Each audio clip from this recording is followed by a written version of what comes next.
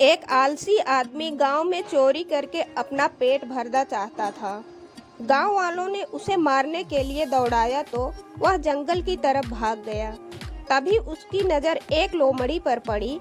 उस लोमड़ी की एक टांग टूटी हुई थी और वह लंगड़ा कर चल रही थी। लोमड़ी को देखकर आलसी आदमी सोचने लगा कि ऐसी हालत में भी इस जंगली जानवरों से भरे जंगल में यह लोमड़ी बच कैसे गई, इसका अब तक शिकार कैसे नहीं हुआ।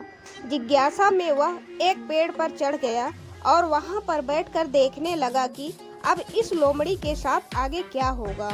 कुछ ही पल बीते थे कि पूरा जंगल शेर की भयंकर दहाड़ से गूंज उठा, जिसे सुनकर सारे जानवर डर कर भागने लगे। लेकिन लोमड़ी अपनी टूटी टांग के साथ वह भाग नहीं सकती थी, वह वहीं खड़ी रही। शेर लोमड़ी के पास आने लगा। आलसी आदमी ने सोचा कि अब शेर लोमड़ी को मारकर खा जाएगा, लेकिन आगे जो हुआ वह अजीब था। शेर लोमड़ी के पास पहुंचकर खड़ा हो गया। उसके मुंह में मांस का एक टुकड़ा था, जिसे उसे लोमड़ी के सामने गिरा दिया। लोमड़ी इत्मीनान से मांस के टुकड़े को खाने लगी। थोड़ी देर बाद शेर वहां से चला गया। यह घटना देख आलसी आदमी सोचने लगा कि भगवान सच में सर्वे सर्वा है। उसने धरती के समस्त प्राणियों के लिए, चाहे वह जानवर हो या इंसान, खाने पीने का प्रबंध कर रखा है। वह अपने घर लौट गया। घर आकर 2-3 दिन तक बिस्तर पर लेटकर प्रतीक्षा करने लगा कि जैसे भगवान ने शेर द्वारा लोमड़ी के लिए भोजन भिजवाया था, वैसे ही उसके लिए भी कोई न कोई खाने पीने का सामान जरूर ले आएगा। लेकिन ऐसा हुआ नहीं।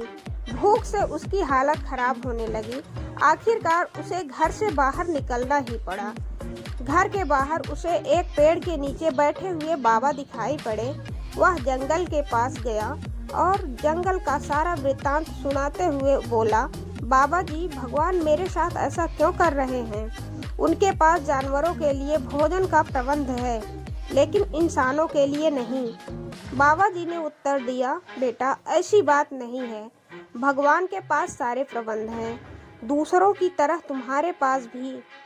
लेकिन बात यह है कि वे तुम्हें लोमड़ी या शेर नहीं बनाना चाहते हैं। तो दोस्तों, कहानी पसंद आई है तो एक लाइक ज़रूर करिएगा।